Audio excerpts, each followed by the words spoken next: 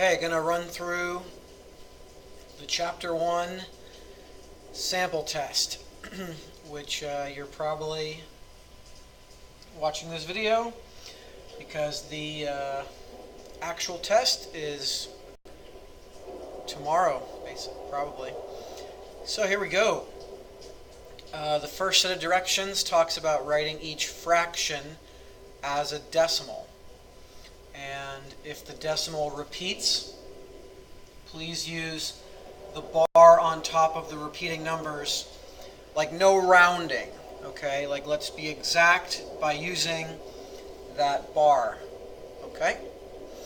Let's see. You got at least a couple, options, and that's only by using the calculator. There's probably more, but I'm just going to go with going on your calculator and doing 5 divided by 9.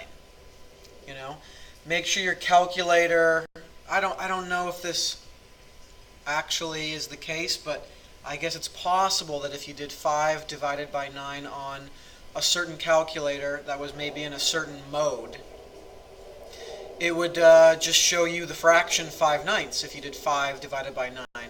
But more likely than not, if you do 5 divided by 9 in your calculator, it'll pop up as a decimal, and it looks like this would be like 0.5555555, forever. So 5 repeating, okay?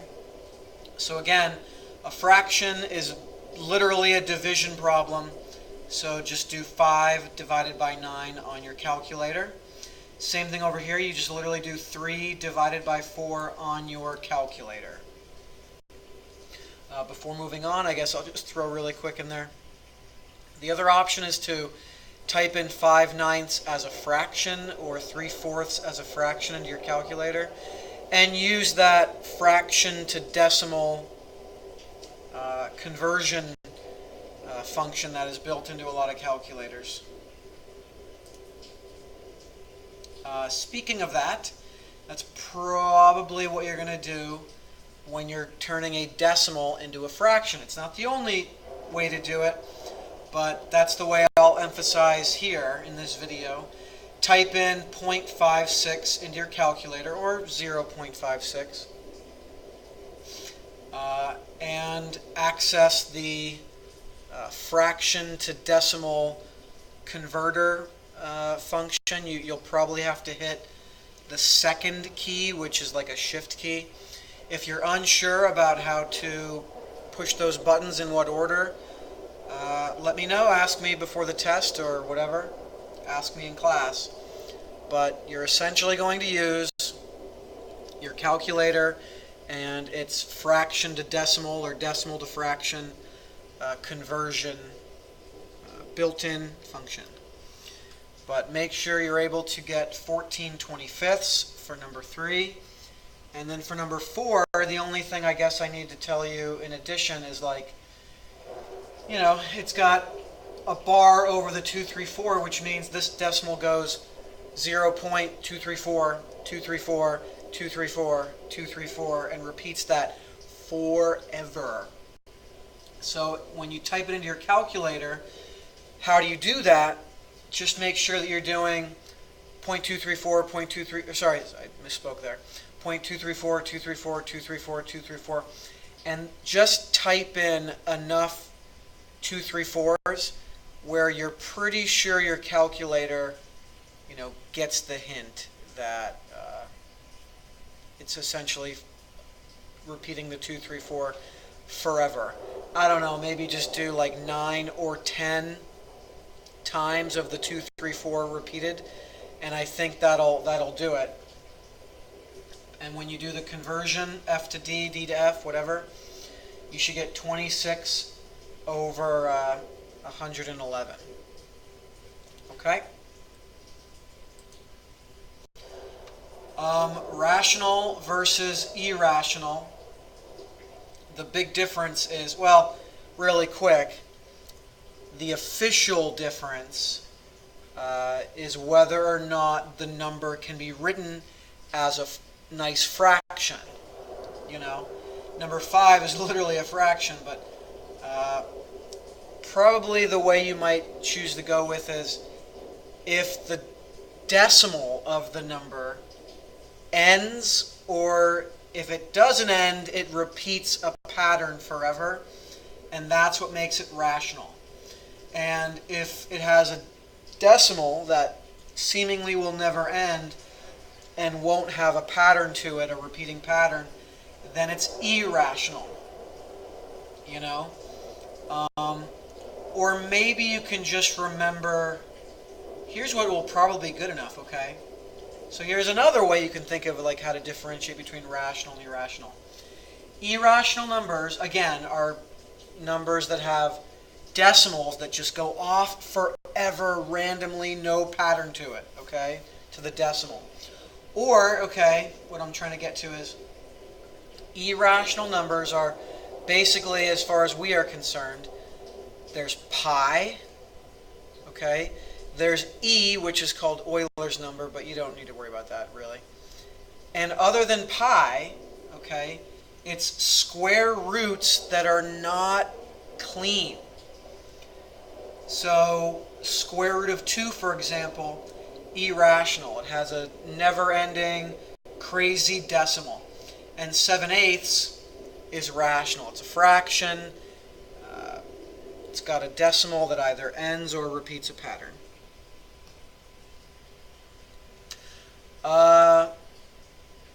Just make sure that if you are not 100% sure of your mental math, you might want to check a calculator. I mean, even if you were very sure about your mental math, I mean, it wouldn't take that long. I mean, it's a test. It's really important to make sure you get your final answers correct, so nothing wrong about taking a couple seconds to just double check on your calculator. Just make sure you're plugging these in correctly. Just want to point out real quick that subtracting a negative is the same as adding. So number 8 is just like doing 2 plus 5, which of course is 7. But you could plug this into your calculator, no problem, as long as you make this minus, like the subtraction button, and this the negative button. It's different buttons most likely on your calculator. The biggest thing with 10 through 13 is just to make sure that you are following all the directions. You know, there's different parts to the directions. The first part is to rewrite in exponential notation, which means this. Alright, there's 5 factors of 10, so you rewrite it as 10 to the 5th power. And then you're supposed to identify which one's the exponent and which one's the base, which you do in these boxes. So the exponent is 5 and the base is 10. Remember, the base is like the base of a statue. The statue sits like on a base. So pretty good, easy to understand vocabulary, In number 11, make sure you include these parentheses, otherwise you are wrong. Okay? And which makes the exponent 4 and the base -1. If you included parentheses here for the base, I couldn't really mark you wrong. That would be fine. Number 12, 3 factors of x. So this is like x to the 3rd power, which makes the exponent 3 and the base x. Number 13 is another situation where you need the parentheses for your exponential notation. Need them. And the exponent would be 2 and the base 5/6. And once again, if you had parentheses here, you would be fine, but they're not needed here like they are needed here. Again, number 14, well, I guess I'm making it really easy for you to, no offense, but I'm sort of making this a little dummy proof. It's just an expression. because there are multiple parts to the directions. Just make sure you read the directions, I guess. But I'm making it pretty easy for you with a spot for the expansion, where you expand, and that's what it means to expand 2 to the 6th power.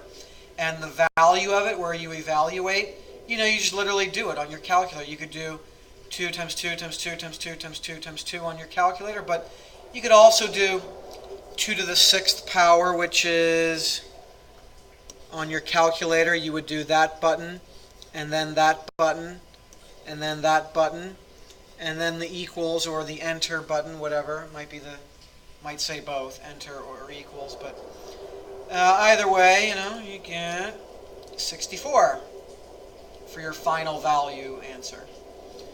Number 15 is really no different. You expand it 4 to the 3rd power and show that expansion, and then the value is 64.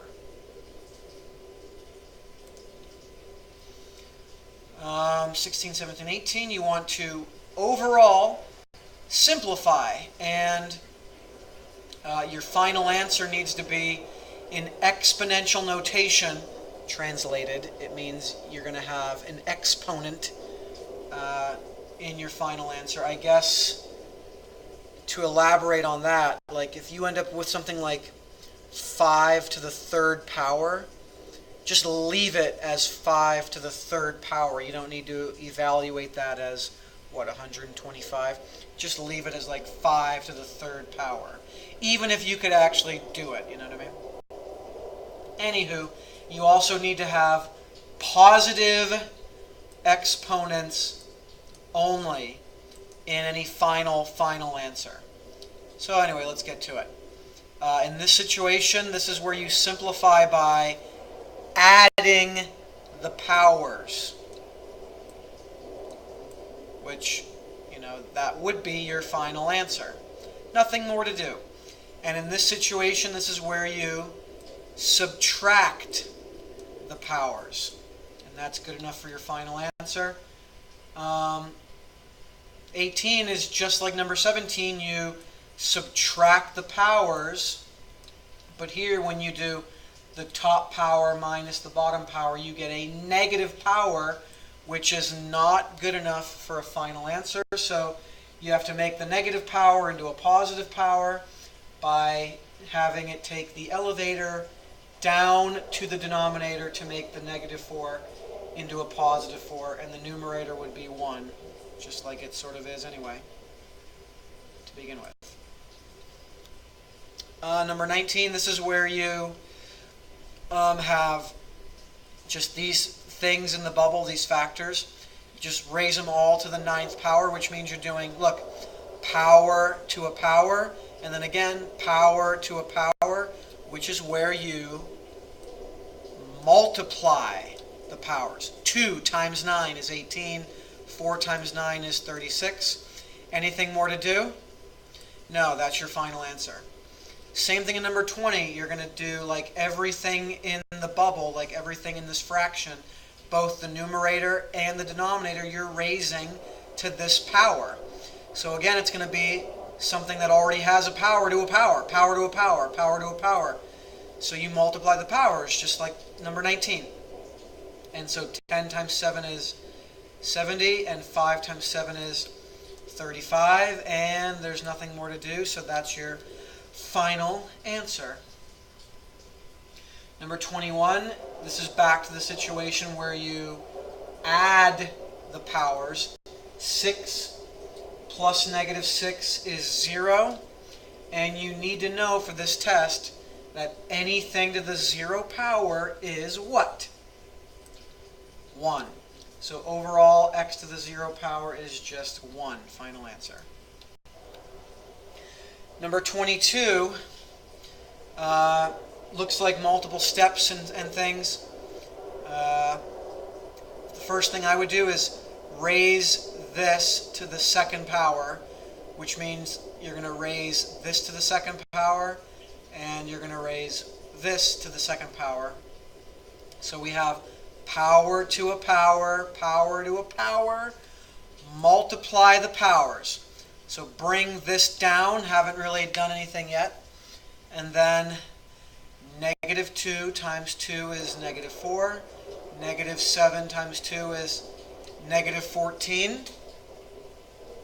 And then the next thing I would do is multiply x to the 4th power by x to the negative 4th power, because you can simplify that, which is going to be what? A situation of adding the exponents, right?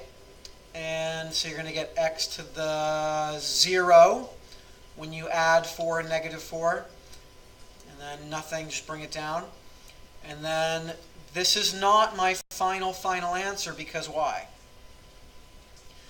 Because x to the 0 you need to simplify as just 1. And you're not allowed to have a negative power, so you need to rewrite this having a positive power, and this is what you should get for your final answer. Number 23, the first thing I would do is raise this bubble to the negative 2 power like we've been doing, which means power to a power, power to a power. Multiply the powers to get positive 6 and negative 10. Okay, negative 3 times negative 2, boom. 5 times negative 2, boom. And then what I would do to handle this situation is I would see that I have x to the 6th power over x, or x to the 1st power, technically. And then we have y to a power over y to a power, And I would subtract powers, on common bases. Subtract the powers on the x's, subtract the powers on the y's in order to simplify. And since what you really have are powers of 1 here and here, you get 6 minus 1 is 5. Negative 10 minus 1 is negative 11. Double check on your calculator, even for those little teeny tiny baby steps. Negative 10 minus what's really a 1 is negative 11. Are we done? Is this our final answer? No, because a negative power needs to be brought down to the denominator. Bring that base down to the denominator to make that negative 11 positive 11. And that's your final answer. Number 24. I would do this first. I would just bring the x to the negative 5 down. We'll deal with that in a second. First thing I would do is, again, man, we've done this a bunch of times. Raise x to the 7th to the 3rd, and also y to the 4th to the 3rd. Power to a power, multiply the powers. Whoop, whoop, whoop. And I get to here after I multiply the correct powers together. And, whoa, again, deja vu. I could simplify by doing x to the negative 5th times x to the 21st first by adding the powers. Negative 5 plus 21 gets me positive 16. Again, double check your calculator for that addition if needed. You might as well do it anyway. Why not do it anyway? And just brought that down. Nothing done with that. And is this a good final answer? Yes, it is. Number 25. The first thing I would do, all right, maybe I'll slow down a second for a second. Earlier for this problem. Even though what you could choose to do first is x to the 4th over x to the 9th, which would mean subtracting those powers. You could also do y to the 6th over y to the negative 2nd, which would mean doing the, subtracting 6 minus a negative 2, which is really like doing 6 plus 2. That's what you could do first. In fact, I wonder if that's what I actually did first. But what I'm going to guess that I did first is applying this power of 2 to everything. The entire numerator, the entire denominator, basically everything gets this power of 2. You get a power of 2. You get a power of 2. You get a power of 2. You get a power of 2. and which means a lot of power to a power, power to a power, power to a power. That's a lot of multiplying the powers. So 4 times 2 is 8. This is what I did. 6 times 2 is 12. 9 times 2 is 18. Negative 2 times 2 is negative 4. And now I go with x's over x's, y's over y's, and subtracting the powers. 8 minus 18 is negative 10. 12, okay, careful here, careful. 12 minus a negative 4. That's like doing 12 plus 4, because minus minus is really plus. And so you get 16. Again, please don't make a Mickey Mouse mistake because you were too overconfident in your mental math. You have a calculator, you might as well use it. And is this a good final answer? Nope. Have to bring the x down to a denominator to make that negative 10 positive 10. Look at this mess.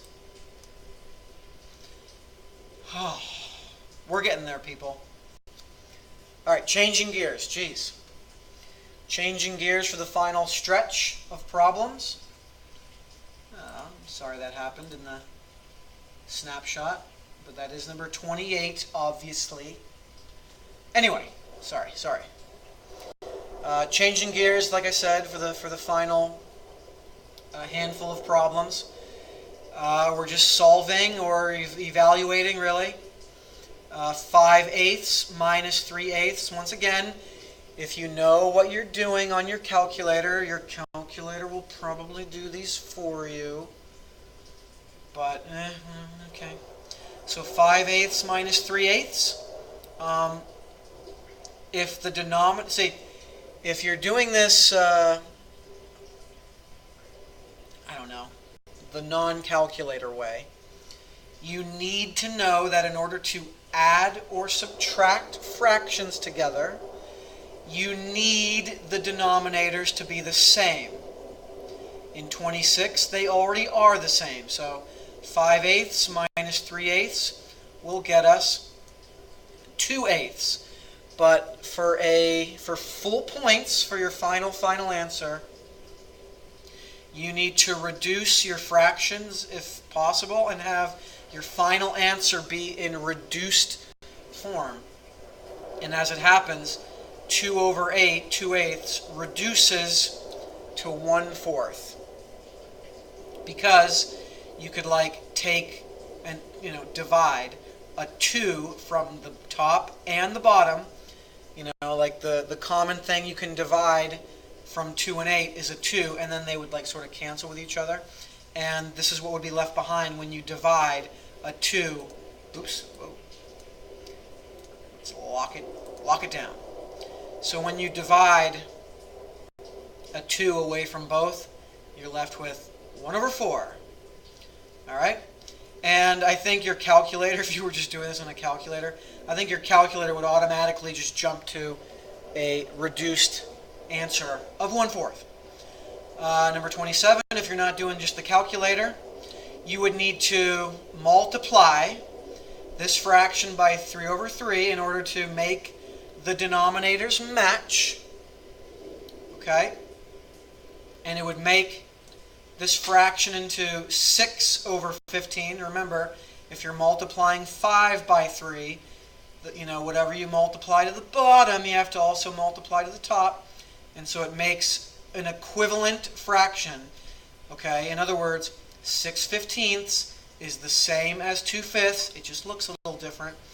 But this way you have the same denominator, and so you can add them together to get 7/15. And I knew 7/15 was not going to be able to reduce, and so it's your final answer. Really quick, before moving on to 28, I did the bare minimum here, multiplying this fraction by 3/3. But if you wanted to, there's kind of a very common, just a consistent plan that always works, but well, I'll just get to it. You could just multiply each, like if the denominators don't match, you could do it pretty much every time. Multiply each denominator by the other one. So what I could have done is multiply this 15 by 5, and therefore this by 5 also. And then the 5 by 15, right, and the 2 by 15. Right? Again, like I said, multiplying each denominator by the other one, and that will always make the denominators match. But that could very well make it necessary, or give you some extra work at the end of simplifying. Why don't I go ahead and show you real quick? If you were to multiply this fraction by 5 over 5, you would have got 5 over, what's 5 times 15? 75, I do declare. And then multiplying this fraction by 15 over 15, you would have got 30 over 75, right? Which means you get 35 75ths, but that answer can be reduced. So, it's okay to, just run with that plan, but just be aware that it's very possible that your answer will need to be reduced afterwards. Okay, like this would reduce to 7/15. Okay. So again, like in number 28, what you could choose to do, unless you were just going with your calculator, which is probably what I recommend anyway, just to make sure you're correct. At least to double check your answer, please. Please do that. But anyway, what you could do here is just multiply, the 8 by 12 and the 12 by 8 and make the denominators match. But I think what you really could have just done, to make, I guess, a least common denominator, like going back to number 27 again, 15 you could call the least common denominator. 75 is a common denominator, but it's not the least common denominator like 15 is. What's 8 times 12? 96. 96 would have been a common denominator, but it's not the least common denominator. The least common denominator would be 24. Like I can make both of these into a 24. I don't gotta go all the way to making them into a 96. So in order to do that, make them into the least common denominator of 24, multiply the 8 by 3, which means also this by 3, and multiply the 12 by 2, which means got to also multiply the 5 by 2. And it changes both fractions, but not the value anyway, just the way they look. So this fraction becomes 9 over 24, and this fraction becomes 10 over 24. The denominators now match, and you're going to get 19 over 24, which is good for a final answer because it does not reduce. Woo! All right, final group of problems that involve percent. So number 29, 90 is what percent of 150? The shortcut for me is just do, okay. I was expecting, actually, to have that written out. So on your calculator, you're going to do 90 divided by 150. I don't know, maybe some calculators it would literally look like this, but same thing. You would do 90 divided by 150 on your calculator. Maybe it would even look like this on your calculator screen. But anyway, the bottom line is your calculator says 0.6 or 0.6. But that's a decimal. You got one more step. You got to turn this decimal into a percent by moving the decimal point 2 places to the right. And it would end up here, and you need a placeholder 0. And so 0.6 is 60%. And you know what? I don't think I mentioned this in class. I probably didn't. But there's probably even a method on your calculator to change decimals to percents or get your calculator in some kind of percent mode. I'm almost sorry I said that because I don't want to open up a can of worms and confuse you or anything. But so just, again, stick with get a decimal and then manually on your own move the decimal 2 places to the right to change it to a percent. Number 30, in order to find a percent of a whole number, of a whole part, right? 82% of 56. Here's what you do. You change the percent to a decimal by moving the decimal point, which is technically right here, 2 places to the left. And so you get 0.82, and what you're going to do is multiply that to the 56 on your calculator. And in this case, hopefully you get an exact answer, so you don't need to round any decimals off or anything. So I think this is an exact 45.92. Final problem. And this is going to be about percent change. So decreasing from 200 pounds down to 160 pounds is what percent change? 2-step problem for me, for my money. The first thing you want to do is subtract to find the actual change in pounds. So it was a 40-pound loss, but what percent is that? Like, it was a decrease of 40 pounds, but this 40-pound loss is what percent? And in order to do that, you got to compare the 40 to the original amount, always to the original, and you do that by division, which again on your calculator might literally look like that. But you do 40 divided by 200, you get your decimal, and you got to change the decimal to a percent by moving the decimal point 2 places to the right for a final answer of 20%. I believe that does it. Don't forget to, if you have any additional questions, there's usually time before we start a test for at least a couple questions at the 11th hour. So, but other than that, happy studying. And again,